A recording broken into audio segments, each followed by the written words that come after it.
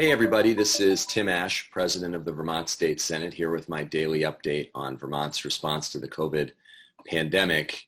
And today we'll take a bit of a detour from discussion of public health measures and the policies the state's trying to implement to get our economy back on track and continue to be vigilant about public health, and talk about something which, unless you've been under a rock in the last couple weeks, you'll know that the discussions of racial discrimination, equity, those conversations have exploded onto the fore, not just in large cities around the country where we see on the nightly news, but also here in Vermont. And I'm really pleased that Jabulani Gamache is here to speak with me today. Jabu has been a Burlington City Police Commissioner, which is the civilian group that oversees the Burlington Police Department, and has recently been elected to be the chair of that board. So Jabu, thanks for joining me. Thank you for having me.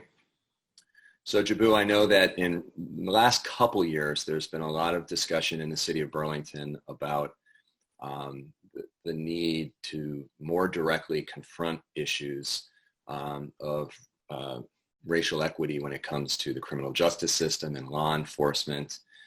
And can you just talk a little bit about one of the reasons why you wanted to be on the Burlington Police Commission in the first place? I can say, having been a city councilor, it's very rare that younger people want to serve on city commissions. Maybe just tell us a little bit about why you wanted to become a Burlington Police Commissioner in the first place. It really happened when the videos of the Mellie brothers incident came out. I didn't know Jeremy all that well prior to which, but his brother Alvin has been a good friend and a teammate of mine on my soccer team for many years now. And so when that video came out, it just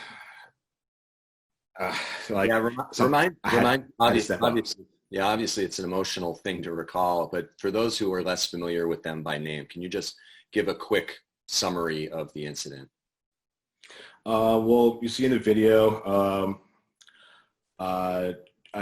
Jeremy is having a heated discussion with another gentleman, looks like an employee from a bar, and then the officer walks up.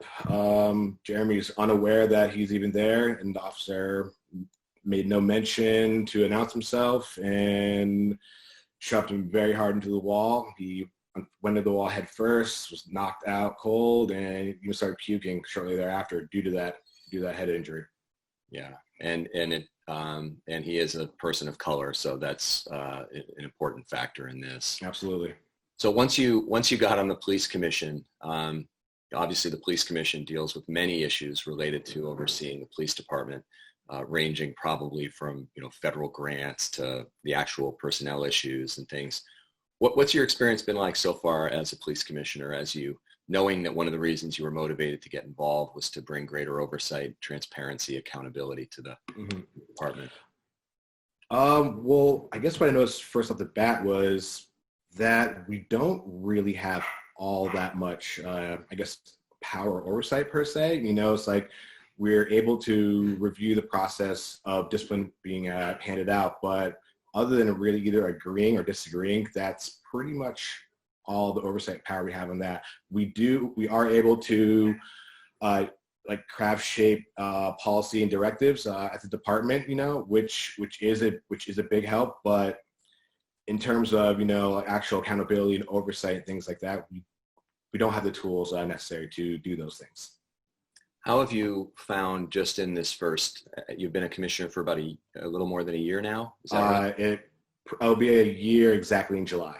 Okay, so coming up on a year, what are some of the policy areas that once you started to get more familiar with the department, you realized probably needed review or further discussion or more broad community input as you thought about them? Because I know, having had an activist background, you go into certain positions because you're passionate about something and want to bring new insights. Once you get there, you start, understanding kind of the lay of the land a little differently. Where have you been finding that, there does need to be more systemic review more revisiting of existing policies? Anything stand out? I will say when I earlier on when I first joined this, I did think that, like retraining and, like updating use of force policy, and those were, I guess, not the be all end all, but like those were like the strongest ways that we could move forward and make, make this more accountable. But I've had a pretty profound shift in about the last month and a half, especially over the last 2 weeks. And I don't like, sorry, I'm trying to choose my words carefully here. It's a very, very small piece are those things. To really make a difference, it's going to be a lot more than just policy and drafting directives, because those are a bit more reactionary. Those are in place for when someone does mess up. But how do we get to the point where they don't make these mistakes in the first place? And that's what I've noticed. Like that's what we need to really focus on. Yeah, I'll tell you, I've come to some of the same shifts in thinking myself in recent weeks, because I have had my hand in writing lots of legislation which was intended to help correct behaviors. And just as you say, it's often in response to when something goes wrong. Then everyone says, how could that have happened? Let's add a new training module, or let's require new data collection. And while it's not bad to do those things, it doesn't address the sort of foundational issues that are involved. As you've seen the protests the last couple of weeks, one of the things I feel is, whenever we have national protests like this, there's a tendency, especially in the national media, and I'm not, dissing them, but to say this time it's different. The conversation is different this time. There's more momentum to actually take this seriously and take action. When you see what's going on in the wake of the George Floyd murder and all the protests, from your vantage point, you care deeply about these issues. Do you see anything different this time than whether it was Eric Garner or any of the other tragedies we've seen around the country? This time it does feel different. I mean, myself, and I'd say most Black people have always been mad, have been very, very mad. But this is the first time where I've finally seen a fair amount of white people in my life, almost, if not equally as mad. And yeah, so I do feel that this feels much different than time before. And I feel the onus is really now to really, I guess, Black people to strike while the iron's hot and use this momentum to see if we can actually make some significant strides and changes. So the primary shift, you think, is that there's broader outrage, if you will, or broader commitment from people outside the people, by getting white people to be enlisted in the cause and feeling the same sense of urgency. That's the sort of significant difference this time. Mm-hmm. I mean, you can have every Black person in America, like upset and screaming, why is this still happening? Why is this still happening? Which we have been, but it's not until we have everybody else and, the white majority on our side and fully backing us on this. Yeah. So tell me, you've come to know through work and now through your commissioner role, a number of police officers.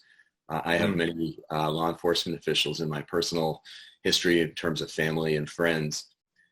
How do you, when you reflect on the fact that there are these instances of criminal behavior, in some instances, unethical behavior, discriminatory behavior, and then you also know there are police officers who do a good job. Can you just talk a little bit about that tension there on a human level, knowing that it's a systemic problem and that systemic problem isn't necessarily an indictment of every single person who is in the law enforcement profession? How do you think about that yourself? Yeah, I mean, that is a hard question.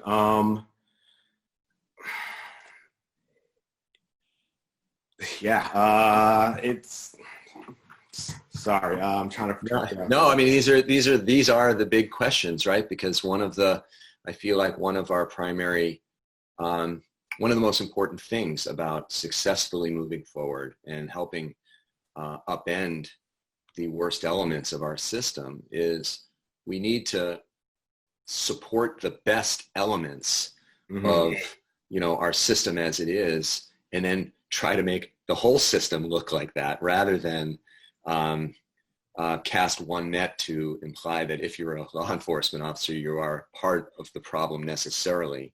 And I feel like then we see people get defensive very quickly, and it starts to peel off, and you start to create camps of people, when really if you're right, and that there is a growing sense, even by the white majority, that it's time to band together and come up with a unified approach, that has to have a positive vision. In some ways, there's that tension, right now, when we see images of, protests and cops with shields and people getting hit with batons, and seeing elderly people getting pushed down on the sidewalk and all that. And yet many of the same law enforcement officials are the ones who we're going to be looking to operate in more humane, appropriate, and bias-free ways moving forward. Yeah. From my time bartending downtown, I've seen hundreds upon hundreds of interactions between law enforcement and community members downtown, and most are fine without incident, and everyone goes about their day. But it's instances that don't. It's the times where the public trust is violated, and it's gone to the point where I feel that most people don't dislike or hate all cops, but the frustration is so palpable and so real that's like it's hard to not lump, I guess, everyone together when it's an institution. And just because there's a lot of good apples, it's an institution, and like if you're part of the institution, it's hard to not get lumped in with it all. For sure. No, I think that's well put. And it's always one of the challenges as a white person to appreciate what it's like to not know who the good apples are and who the bad apples are, and who may subject you to treatment that is discriminatory at any given moment. So, when you look ahead, one of the things I've been thinking about in a slightly different context, but in terms of correctional officers, people who work inside our prisons, one of the things I've started to really appreciate more is that we need to start thinking about correctional officers in a different way, and not have it be a job where the person's primary daily routine is being like a guard and, enforcing sort of coercive situations for those inside our correctional facilities, but rather be thinking about being part of the rehabilitative process. And I wonder, do you think that you mentioned how training is only a small piece of what's really a much more deep-rooted and systemic problem? Should we be changing the way we think about the profession of law enforcement entirely? I mean, it's a big question, but is there something about the nature of being a law enforcement officer which we should, as a society, be sort of infusing with a different elements? I think so. I think we should absolutely need to reexamine what exactly we need and what we want from our police. It's like, if you call 911 and you have an emergency, they'll ask you, sorry, you have an emergency, and you're like, yeah, there's a fire, and send the fire department over, or, like, hey, I broke my leg, send an EMT. But I don't know, it's really the best use of our resources if someone calls and says, hey, there's someone on Church Street, looks like they're in crisis and they need help. Is an armed officer really the best use of our resources for that? And it's not to say that officer's not been, very well trained in de-escalation and whatnot, but is that the best way? I mean, I feel like there's so much on law enforcement's plate to deal with, and we've been just adding more things for them to deal with and for them to fix, and we haven't equipped them with the tools, and nor should that really be their job to, I guess, kind of fix some of these societal problems that we've kind of dumped on them. So yeah, we should. Well, we need. One of the things I hope the state can do, working with not just the Burlington Police Department, but other communities that have their own police departments, is there are some counties, very large counties around the country, counties that are so big they probably have populations almost the same as Vermont's entire population, where they are treating 911 calls differently. So if someone calls 911 and it's a mental health call, there is a diversion of the call to a designated mental health team who go out and address the particular situation, rather than sending a police officer who oftentimes may have been trained in how to respond to mental health and de-escalation, but ultimately that's not that person's area of expertise, and then puts everybody in a very fraught situation. So that may be an opportunity moving ahead to help more appropriately respond to those instances, and not layer, as you put it, on top of a police officer the requirement that they be sort of expert in all of society's ills, which is probably not very reasonable. Well, we have a couple seconds left. Let me ask, we're right now, the passion, the anger, the call for action is echoing throughout the state. I suspect that protests and vigils and other actions will continue effectively indefinitely. What are some of the broad themes that you hope Vermont will confront in the coming months? Not necessarily a specific bill, but what are some of the things you think Vermont should be doing in the next couple months and trying to discuss and confront that would help us start to reshape and reform the way we handle law enforcement?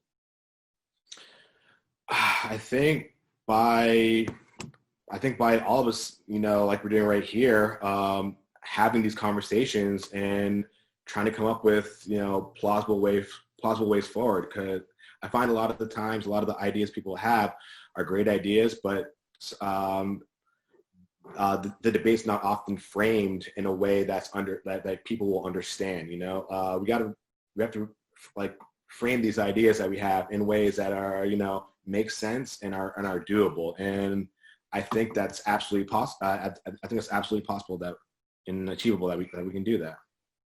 Well, I hope you're right. I know that one of the great challenges, especially as a policymaker, is you pass a bill or a law and it becomes a law and you think, oh, we've addressed that issue. And it only addresses it when you have broad public understanding of the why you did it, the what it is, and a sense that if it doesn't happen the way it's intended to, there's some sort of consequence as a result. And I do think that in a state that has a relatively small non-white population, it's even more critical that the education piece be really there, because I think of it kind of like fighting climate change.